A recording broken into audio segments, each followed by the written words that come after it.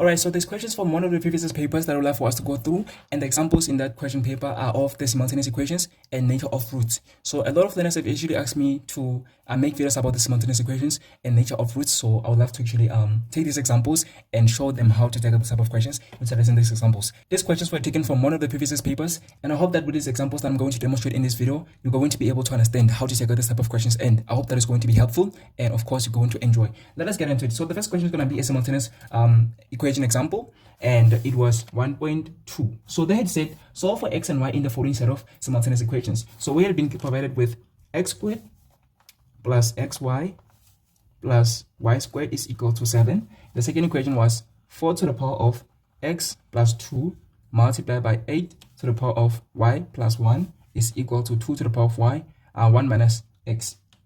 So this is the two equations that have been given, and they said to us solve for x and y simultaneously, and of course it was 7 marks. Yeah, a lot of learners would actually be freaked out just by the mark allocation of this. So do not be afraid. LAMLEE math is to the rescue. Right, so you have to choose one that looks more simpler for us to break down. Right, so between the first equation and the second equation, which one looks like it is simpler for us to break down? A lot of learners usually choose the first one, but the first one is troublesome. Why? Because for us to get any of this, whether it's x or y, we have to involve the radical signs or the set. That means the square roots. Because if we have to make x the subject of the formula here, then we have to find the square root of both sides. But this one does not involve any square roots at all. In fact, of course, we know that x and y are exponents. That means this exponential. However, the highest degree of exponents of both x and y, forget about the 4, which are the bases. Just focus on x plus 2, y plus 1, and y 1 minus x. Just focus on these 3 exponents. So x and y here on these 3 exponents, they are all linear. The highest degree of exponent is 1. Of course, we know that x and y, they are exponents themselves. But what is the exponent? The highest degree of the exponent is 1. So although the exponents themselves as exponents, they are linear. Right? So that is more simpler than this one, which is quadratic, where when we have to determine x or y, we have to find the radical sign of it. That means we have to involve the square root. So that means this one is going to be more simpler. So what we just need to do is break down the bases into the same base. So the smallest base that we have is 2. And then the highest is 8. And then the one that is middle is 4. So you have to make sure that each of these bases are broken down into the smallest one, which is the 2. So let us break down 4 and 8 into the base of 2. The reason I'm avoiding this is because I'm avoiding the use of square root. This one does not involve any square root at all. Okay, so that is why I prefer this one. So a lot of learners are not that they're going to choose this one because it doesn't have any exponents. The x and y are not exponents here, but here they are. But just x and y as exponents, they are linear.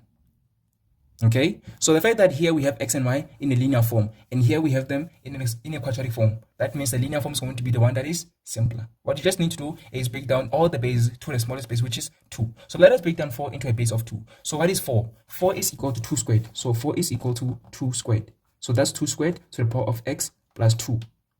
Then, okay, well, let me not write it there. Let me write it here where I have a lot of space. So that's going to be 4, that's going to be 2 squared to the power of x plus 2. Then we're going to multiply it by, remember that this is multiplication here. We're going to multiply by 8, which is 2 cubed to the power of y plus 1. So that's going to be equal to 2 to the power of y, 1 minus x. I don't know why I keep on saying y. 1. Right. And then we're going to have 2 to the power of 2x plus 2, because we know that when exponents are raised to exponents, we just have to multiply them. So we have to find the product of the exponents. So we're going to be like 2x plus 4, then multiply by 2 to the power 3y plus 3, because 3 multiplied by y, 3 multiplied by y, then 3 multiplied by 1. Here we have 2 multiplied by x and 2 multiplied by 2. And then that's going to be equal to 2 to the power of 1 minus x. So now that we have everything in a base of 2, what we can do is, here we have multiplication.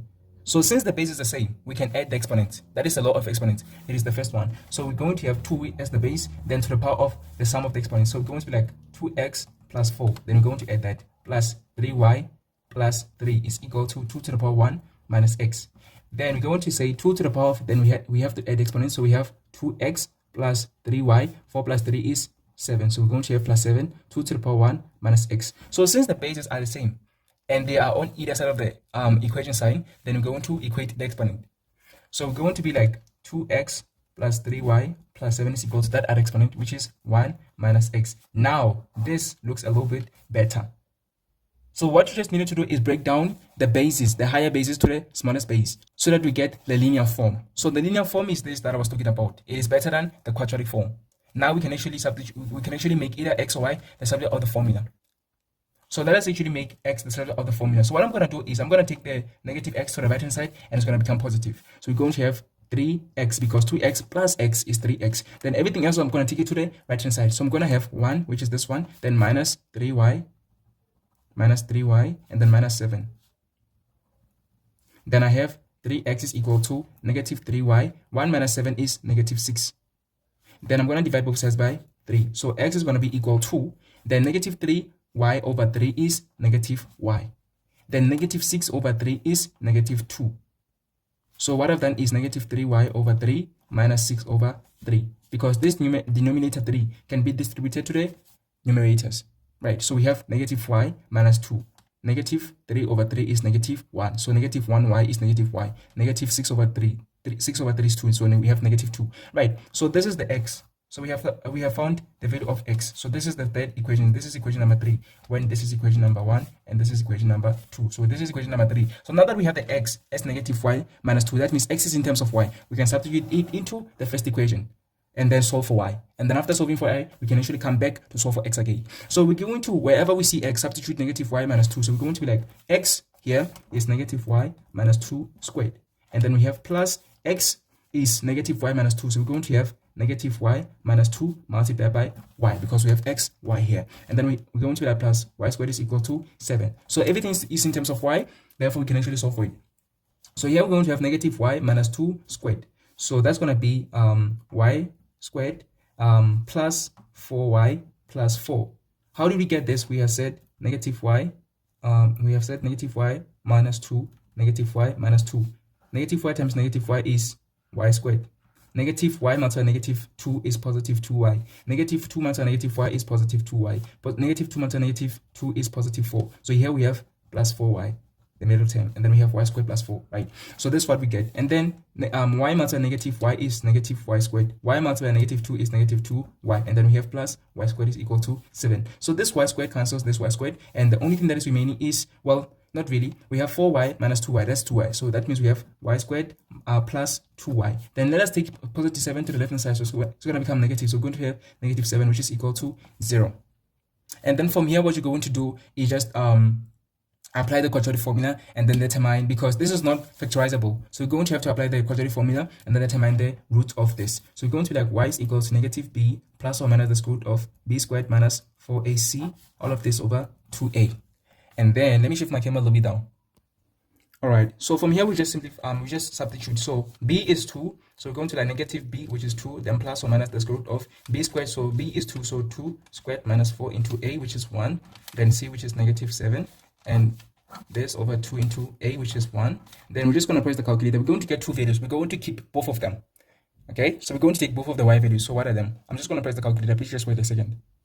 So after pressing into the calculator, I get the first y value to be equal to 1.83. Then the second one is negative 3.83. Now that I have the y values, I can substitute them into the third equation, which is that one of x, and then determine the corresponding x value. So we're going to be like x is equal to, then when y is equal to 1.83, it's going to be negative 1.83 there, then minus 2. Therefore, x is going to be equal to negative 3.83. Or x is going to be equal to, then we're going to substitute negative 3.83, so it's going to be a negative into negative 3.83, then minus 2. So when you press it into the calculator, we're going to get positive 3.83 minus 2. So that's going to be 1.83. So these are going to be the values of x and y. So the y values are going to be this ones, and the x values are going to be this ones. So that means when y is equal to 1.83, x is equal to negative 3.83. When y is equal to negative 3.83, x is equal to 1.83. So I hope that you have understood how we have actually done this calculation, and this is how we'll get the 7 marks. If you have any questions, drop it in the comment section. Right, now let us go to the nature of the root, which is going to be the last question or the last example for this video. Let me go to the next page for that. Alright, so the nature of the root question was 1.3, and it had said, show that the equation x squared minus x is equal to p squared, where x and p are elements of real numbers, will never have equal roots for any value of p. Okay, so they're saying x squared minus x is equal to p squared, where x and p are elements of real numbers, will never have equal roots for any value. or for any value of p, right? So let us go back to the nature of root of a quadratic equation or quadratic expression, right? So these are the nature of roots. So it's either roots are number one real. So it's either roots are real. So when roots are real, then the discriminant is going to be greater than 0. So that we mean by discriminant. Discriminant is equal to b squared minus 4ac. Remember that we have x is equal to, let me actually shift a little bit to the left. So we have x is equal to negative b plus or minus the square root of b squared minus 4ac over 2a. So from the quadratic formula, this that you see here inside the square root or under the square root is the discriminant. Okay, that is that delta that you see there. So if it is negative, there is no such thing as negative square root of. Actually not negative square root of negative something. There's no such thing as square root of negative something. So that means when the discriminant is less than 0, it is non-real. The roots are non-real. They don't exist. But if the discriminant is greater than 0, then the roots are going to be real. It doesn't matter whether they're irrational or rational. They're going to be real. Okay. So we have the real root where the discriminant is greater than 0. We have number 2. We have number 2 where the roots are non-real, which is where the discriminant is less than 0. Number 3, we have the irrational roots. Irrational roots is where the discriminant is greater than 0, but it is not equal to a perfect square. Okay, irrational is when it is greater than 0 and it is not a perfect square. So the discriminant is not a perfect square. Perfect squares are 1, 4, 9, 16, 25, 36, 49, 64, and so on, right? So the discriminant is not going to be a perfect square. So if it is not a perfect square, then the roots are going to be irrational. Then number 4, the roots are going to be rational. So when the roots are rational is when the discriminant is greater than 0, but it is actually a perfect square. It is actually a perfect square. And then we have lastly the equal root. The equal root is when the discriminant is equal to 0. It's only when the discriminant is equal to 0. If the discriminant is not equal to 0, then the roots are not equal. If the discriminant is not equal to 0, then the roots are not equal. They are unequal. So that means that these two here, we have unequal roots. Unequal roots. Same applies to this one, unequal roots. It's only when the discriminant is equal to 0 that we have equal roots. Okay, so since they sent us show that this equation does not have any equal roots for any value of k, that means we have to prove that the discriminant is not equal to 0. So what we have to prove, what we are required to prove is that the discriminant is not equal to 0, because if the discriminant is equal to 0, then that means the roots of this are equal. Okay, so we have to prove that the discriminant is not equal to 0, because when the discriminant is equal to 0, then the roots of this are equal. So that is what we have to prove. We have to prove that the discriminant is not equal to 0. It can be greater than 0 or it can be less than 0, but it must not be equal to 0. So I hope that is clear. Right, so we have x squared minus x is equal to p squared. So we're going to take the p squared to the left hand side. We're going to have x squared minus x minus p squared is equal to 0. So we have to identify the a, the b, and the c, because the discriminant has b, a, and c. That means it has a, b, and c. So we have to identify them. So a is going to be equal to this that we have here, that's 1. Then b is going to be equal to this that we have here, and that's -1. So b is -1. C is going to be equal to the other thing that is not in terms of x, which is negative p squared. So c is negative p squared. So now that we have identified a, b, and c, we can say the discriminant is equal to b squared minus 4ac. Therefore, the discriminant is equal to, remember that if the discriminant is not equal to 0, then this is not, the roots are not equal. But if it is equal to 0, then the roots are equal. Okay, so we have to prove that it's not equal to 0. So b is -1. So -1 squared minus 4 into a, and a is 1. Then c is negative p squared. So the discriminant is equal to -1 squared is 1 minus -4 multiplied 1 is -4 multiplied by negative p squared. So you have the discriminant is equal to 1. Then -4 multiplied negative p squared is positive 4p squared. So that means the discriminant is equal to 1 plus 4p squared. So the fact that we have 1 plus 4p squared, that means this is not equal to 0. It is greater than 0. Whatever value of p is, whether p is negative or positive, the square of that is always going to be positive. So that means we're going to have 4 multiplied by a positive number, which is also positive. And that positive number plus 1 is also still going to be positive. That means the discriminant is always going to be greater than 0 for any value of p. For any value of p. So the fact that the discriminant is always going to be greater than 0 for any value of p, doesn't matter what value of p is, whether it is negative or positive, whatever value of p is, the discriminant is always going to be positive or greater than 0. So the fact that we have actually come to this conclusion, it means that the discriminant is not equal to 0. So the fact that the discriminant is not equal to 0 means that this implies that the roots are not equal. The roots are not equal for any value of p. For any value of p. I'm in a rush like this because I actually have a meeting, so I want to make sure that I quickly just finish this video. So for any value of p. So I hope that this video has actually helped you, and that's how we answer these typical questions. Okay, so when you have a type of question where they're asking for the nature of roots, you have to remember all of this.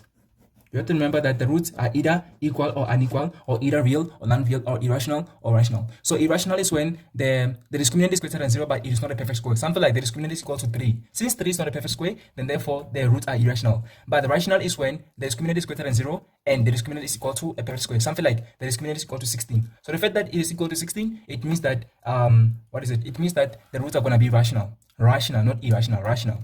Okay, so irrational, the roots the irrational discriminant is not a perfect square, but it is greater than 0. Rational, the roots are a perfect the rational discriminant is equal to a perfect square, and it is also equal it is also greater than 0. So right, I'm just trying to explain faster and it is not working for me. Right, so okay, there's a non-real root where the discriminant is less than 0, where we have a negative inside the square root. So the roots are non-real, they don't exist.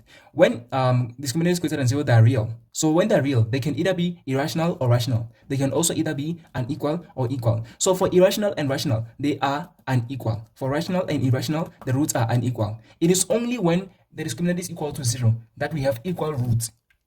So I hope that I've actually explained in a way that you understand, and now you understand the nature of the roots. If maybe you want me to make a video about the nature of roots respectively, or just the nature of the roots alone, you are welcome to let me know in the comment section. But if not that, then I'm going to focus on other topics as well. So I hope that this video has been helpful and you have actually enjoyed. Thank you very much. See you in the next video.